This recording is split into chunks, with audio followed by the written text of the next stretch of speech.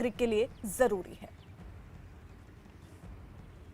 उधर शिवसेना विधायक प्रताप सरनाइक ने उद्धव ठाकरे की चिट्ठी उनको लिखी। चिट्ठी में शिवसेना विधायक ने लिखा कि एनसीपी और कांग्रेस अपना सीएम चाहते हैं। चिट्ठी में यह भी लिखा कि कांग्रेस अकेले चुनाव लड़ना चाहती है और एनसीपी की ओर से शिवसेना नेताओं को तोड़ने की कोशिश की जा रही है।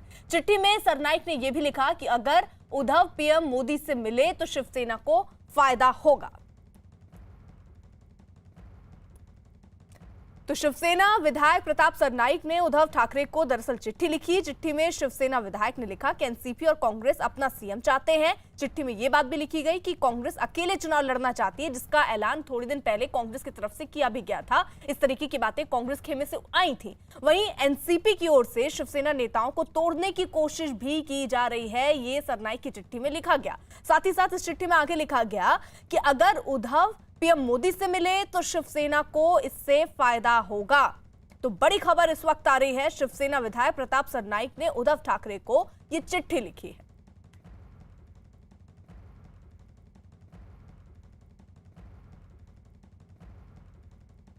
प्रताप सरनाइक की चिट्ठी के मुद्दे पर शिवसेना नेता प्रताप सरनाइक ने क्या कहा, जरा सुनिए।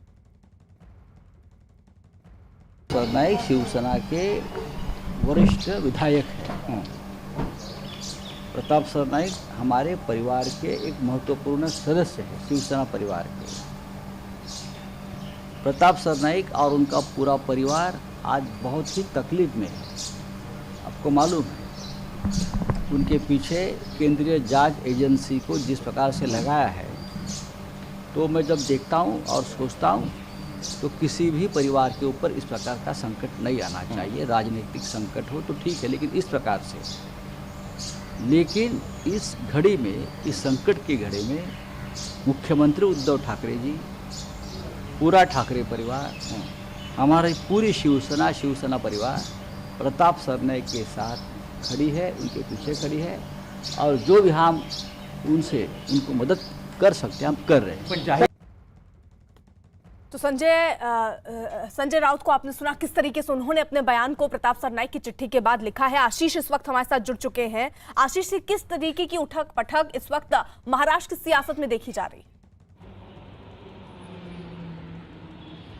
जी, महाराष्ट्र की सरकार जो है वो कहीं ना कहीं असमंजस की स्थिति में है। भले ही कहा जाता रहा है कि सब कुछ ठीक है। जिस तरह से प्रताप सरनाइक की चिट्ठी आई है उसमें उन्होंने साफ तौर पे जो है इशारा कर दिया है कि मुख्यमंत्री एनसीपी और कांग्रेस दोनों चाहते हैं। एक तरफ जो है कांग्रेस ये कह रही है कि वो अकेले चुनाव लड़ेगी, तो वहीं दूसरी तरफ प्रताप सरनाइक की चिट्ठी में इस बात का जिक्र किया गया है कि एनसीपी लगातार शिवसेना के जो नेता हैं उन्हें तोड़ने की कोशिश कर रहे हैं और ऐसा लगता है मानो कि वो केंद्र सरकार से पहले ही मिले हुए हैं। ऐसे में बेहतर होगा कि सेना के लोग, जो सेना के नेता हैं, वो जो है उनके लिए सहूलियत तब हो पाएगी जब उद्धव ठाकरे इस चीज को लेकर मुख्यमंत्री के तौर पर प्रधानमंत्री से मिले और अपने रिश्तों को वापस बेहतर करते हुए वापस उसी सरकार का गठन करें जिसके तहत जो है पहले सरकार चलती रही है। लिहाजा ये चिट्ठी कई मायनों में अंदर की जो गतिविधियां चल रही हैं उसको लेकर सवालिया निशान खड़ा करती है कि जिसमें कहा जा रहा है कि महाविकास आघाड़ी में सब कुछ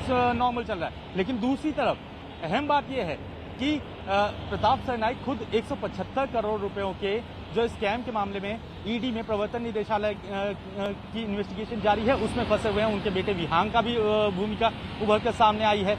ऐसे में ये कहा जा रहा है कि कहीं न कहीं उनके ऊपर दबाव बनाया जा रहा है, उसी की वजह से ये चिट्ठी आई है।